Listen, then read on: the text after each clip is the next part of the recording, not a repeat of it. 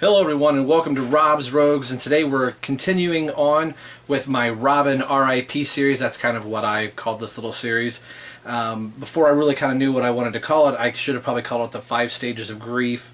But it is Batman dealing with the loss of his son, and this is taking place in the issues of Batman and, would be Batman and Robin technically. But today we're going on with 2 more issues. We're taking a look at 21 and 22. That is Batman and Batgirl 21 and Batman and Catwoman 22. So we will get right into our first book, Batman and Batgirl. We get started into our first book, and I do wanted to note that there was a slight artist change in this just for this one issue. Cliff Richards does the art in Batman and Batgirl, and from time to time writers and artists will get like a book break to kind of take a little bit of a break from doing the book. So I would have liked to have seen Gleason finish the whole run of this particular story arc. I was kind of interested to see how he would have drawn Batgirl, but Cliff Richards does a really good job of kind of mimicking Gleason's art, but Tomasi is still writing this book, and I really like the Batman and Robin book, or now Batman and so-and-so book. It's been one of my favorites out of the New 52. Probably right up there with the Scott Snyder, Greg Capullo, Batman and Robin. So without further ado, let's get into our very first book, Batman and Batgirl number 21.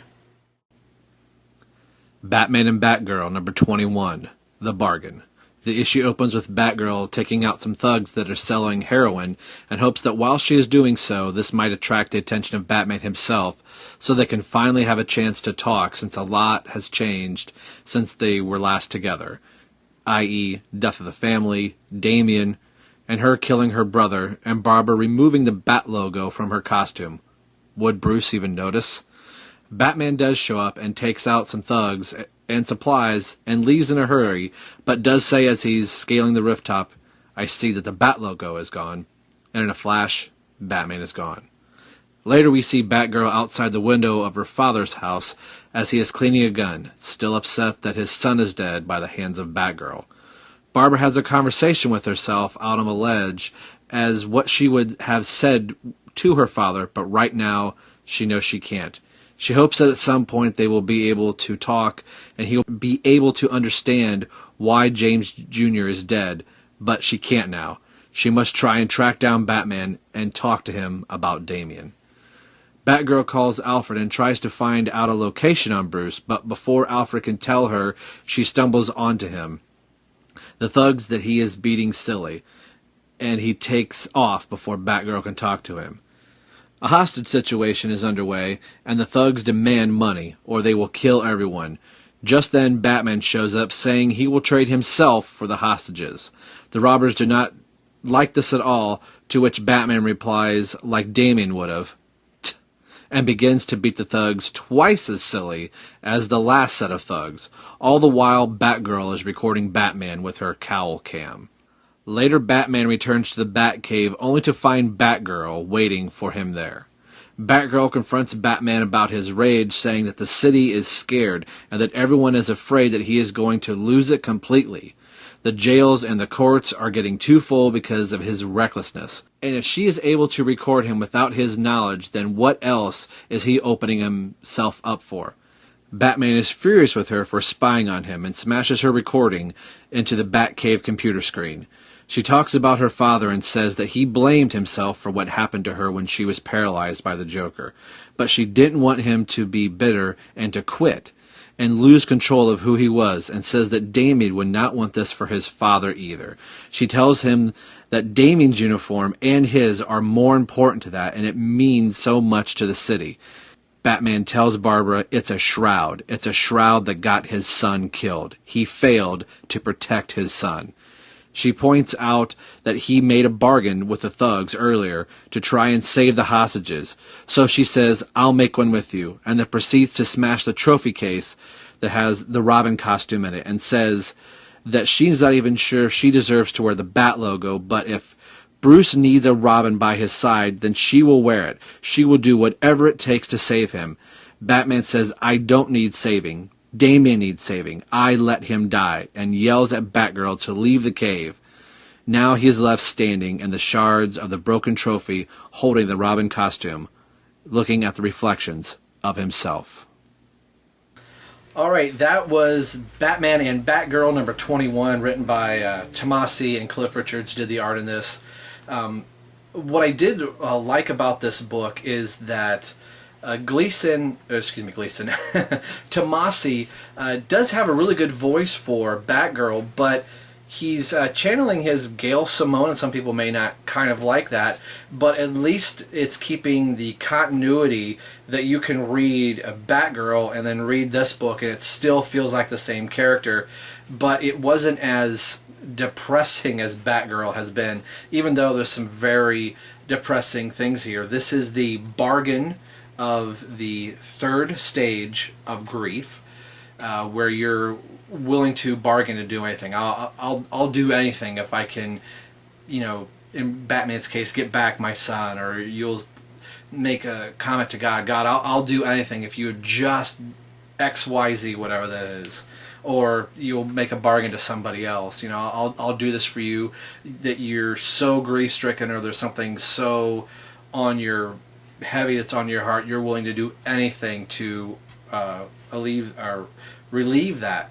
And Batgirl and Batman are both experiencing the same thing, with Batgirl having killed her brother and her father not wanting to, she may feel not wanting to talk to her, although Gordon doesn't know his own daughter killed his son. It's actually Batgirl, but there's a rift between Batgirl and Commissioner Gordon, and that rift is also kind of spilling over into Bat. What really makes this issue kind of stand out is the parallel between Batman and Batgirl, that they're both dealing with the same type of things in their bargaining aspect. It even starts out with Batgirl outside of Commissioner Gordon's apartment, that even though she's not speaking to him directly, like, she's outside the window saying that these are the things that I would say to you, and then she's off to go try and track down Batman. And what's interesting in this, that Batman is really kind of throwing himself into harm's way for some hostages. He's still kind of trying to be the Batman that he knows he's supposed to be, but he's getting a little more reckless. His loss for human life is almost, he's out there trying to protect, but he's kind of going at all costs about it. Even to the point where Batgirl points out, you're willing to bargain your life for the hostages. She's like, if needing a Robin is so important for you to get over this, I'll become Robin. And that was kind of an art choice in this book, that she is standing beside Jason Todd's wardrobe Robin case, and Batman ends up smashing it, or actually she ends up smashing it, and you're kind of looking at it like, well, that's not Damien's outfit. I think it's more of like, hey, this outfit would fit me, and so she's just kind of standing beside a Robin outfit. But the way Bruce kind of reacts to that, I think it should have been drawn more as Damien's outfit rather than Jason Todd's New 52 Robin outfit. But with the rift that's going between the Bat family and then this instance where he could have all the comfort in the world, hopefully, to try and talk with the other Bat family members, but with the fallout from death of the family, he's not wanting to reach out to anybody. And as we see in the last few panels, that Batman is yelling at Batgirl to leave the cave, and I thought this was done really well. This feels more like a Batgirl issue than a Batman and Robin issue would be, from what we normally get from Tomasi, and I think that's definitely done on purpose, that we get probably for the first time, a really good parallel between Batman and his supporting cast, whoever that might be. This will be really interesting to read together as one trade, or after the final issue comes out this week, at least for the 5 stages of grief, to read it as a whole.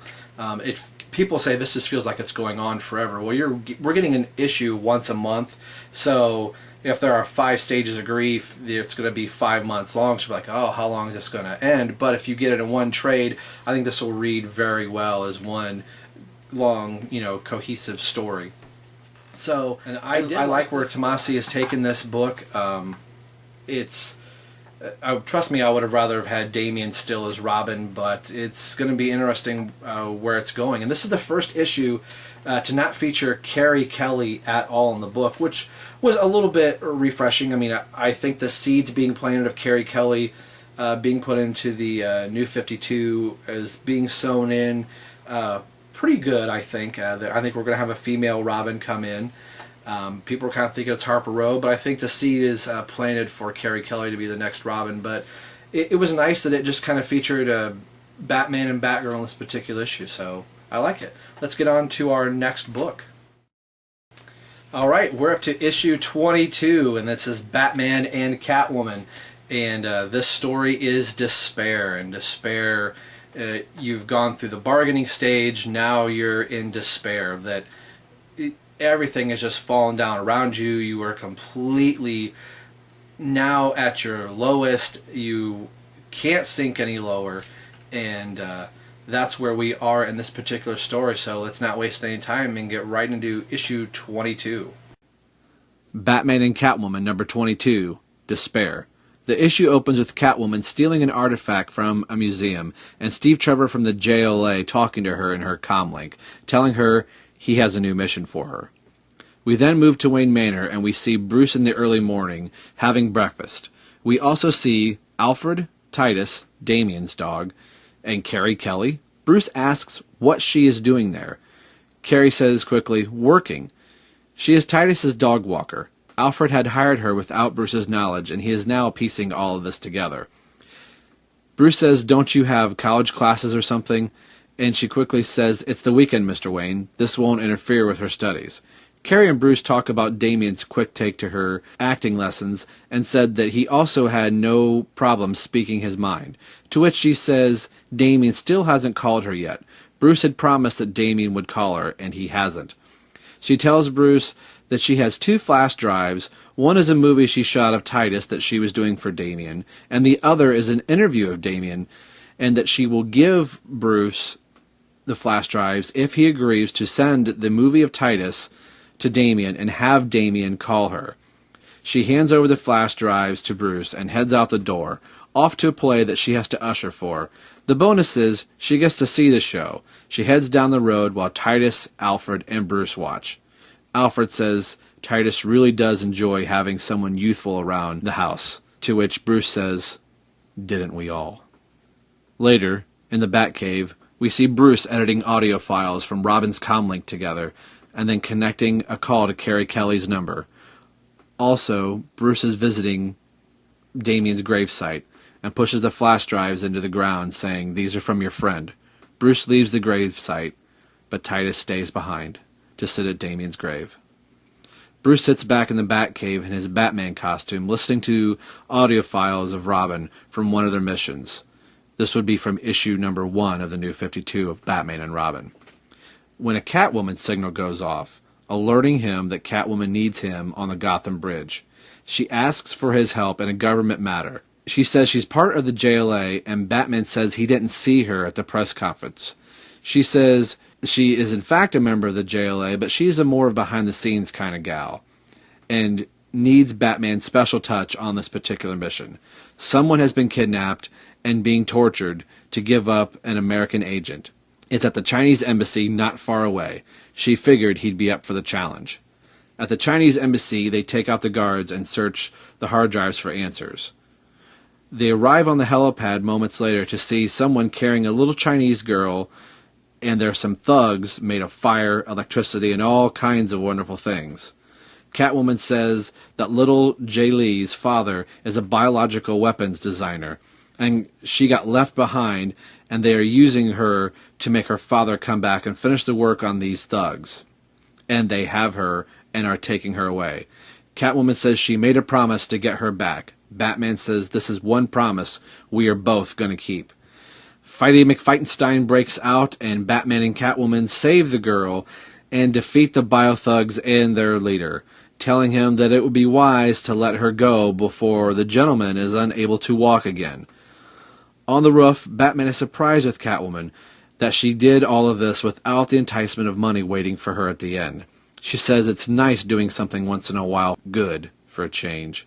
Batman and Catwoman and Jay Lee are on the rooftop. Batman picks her up and she asks if they are going to jump. Batman replies yes.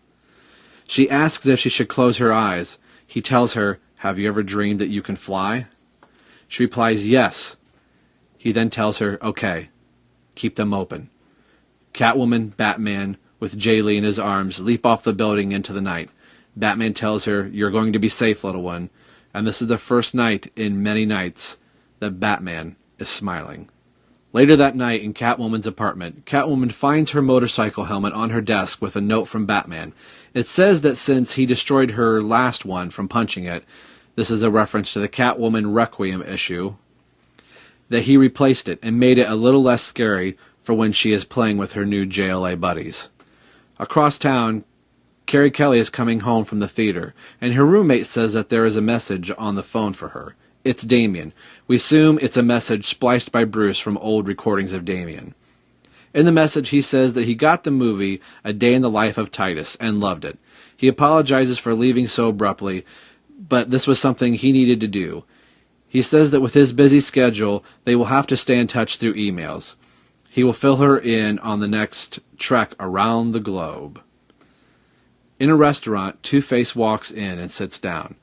The others in the restaurant are horrified as he takes out his coin and flips it in the air.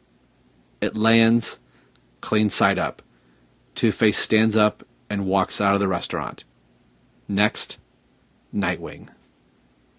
Alright, that was issue 22 of Batman and Catwoman. And I'm probably like most people when Catwoman was announced to be in this book of the Batman and, that I think people were thinking, oh, it's going to be a real sexually based issue that Catwoman's going to use sex to try and help Batman, and it was completely not that, and it has been surprisingly my favorite book out of this whole run of the 5 Stages of Grief storyline that Tomasi is doing. Patrick Gleason is back on the book for this one. Again, I wish he was on the Batgirl book, just so when this is done in a trade, it'll just be very cohesive. But the artist that did the Batgirl issue, I think, did a really good job. But this was really enjoyable, and one of the first things is, for the first time, Batman is not in his super destructive state. Carrie Kelly is back in this story, and we're finding out that she is, Bruce is finding out that she is taking care of Titus, Damien's dog, much to his chagrin. And we find out that Carrie Kelly has footage of Damien taking some of the classes that Carrie Kelly was giving him, some acting classes, and says, hey, I'll give you these flash drives of Damien's courses, which she's like, normally I don't do that, but because he kind of did these classes without your permission and him being a minor, I think you should have them, as you at least should have had some warning that Damien was taking these classes. But she says, under one condition, if Damien is supposed to have called me and hasn't, and we see him in the Batcave, reconstructing calmly conversations that he and Batman have had, that he splices this phone call together, or splices a series of words and sentences together that he's able to give the illusion that Damien is going to call Carrie Kelly, and conveniently calls Carrie Kelly when she's not home, leaves a voicemail, and basically says, hey, I'm traveling around the world, Father wants me to broaden my horizons, so they'll have to be talking through email. So that'll be interesting to see how Bruce is already lying to somebody else, but I think with good cause. We aren't to the acceptance issue. That's the next one. Bruce hasn't had to accept anything yet. And Catwoman in this was really interesting. This has been the best Catwoman has been written in the New 52, and it's in the Batman and book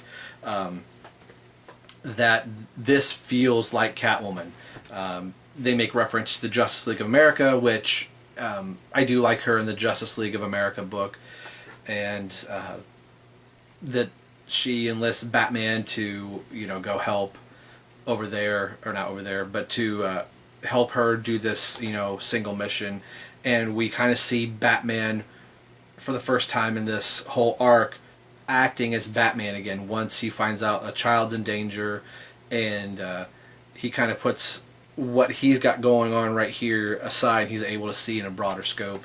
And one of my favorite moments out of this whole series so far is the panel of him rescuing the girl, and they're standing on top of the building, and she says, the little girl asks the Batman, are we going to jump off of the building and kind of like fly away? Should I close my eyes? And I think it's a very touching moment, and I really, really like this, that Batman says, have you ever dreamed that you can fly? And she says, yes, I have. And he says, we'll keep them open. And then the panel of Batman holding a little girl and Catwoman by his side, and they're flying off out across the city, that all three of them, the little girl, Catwoman, and more importantly Batman, has a smile on his face, like he's happy with what he just did. He got to save somebody. He got to save a child. Excuse me, something that he couldn't do. See, maybe a little choked up. Something that he couldn't do for his own son, which that really struck me. That really got me, and I really, really enjoyed the Batman and Catwoman story. And looking at when they were plotting out the story, and they were telling us that each one of Batman's supporting cast members basically are going to come in order from which they were introduced, in reverse order. The Catwoman story, I was instantly going, oh, what is she going to have to do to this book? And even the moment that he has with Catwoman from the Requiem issue, where he kind of destroyed her helmet, that he says, here's this new helmet that's not as frightening as your last one, it'll be good with your JLA buddies. So there's some really good Batman moments that Tomasi really hit, and I really enjoyed issue 22. Like I said, it has been my favorite out of all of them. I would have thought the Red Robin issue would have been my favorite, but this particular one's been really good. So those are the two issues. This video is a little late in getting up. I kind of did that on purpose because this week, what I assume is going to be the final issue, which is the Batman and Nightwing issue, and that title is going to be The Acceptance. That's the fifth and final stage of grief. So we'll talk more about that later. So this is going to wrap up this particular segment of the Rob's Rogues, the Robin R.I.P. series. Hopefully you guys are liking this a little bit, and I'm going to probably keep doing this as we kind of maybe see where the book will eventually turn back into Batman and Robin, and who that Robin is going to be. So thanks for watching, and as always, this is Rob for Rob's Rogues signing off, saying we will see you guys next time.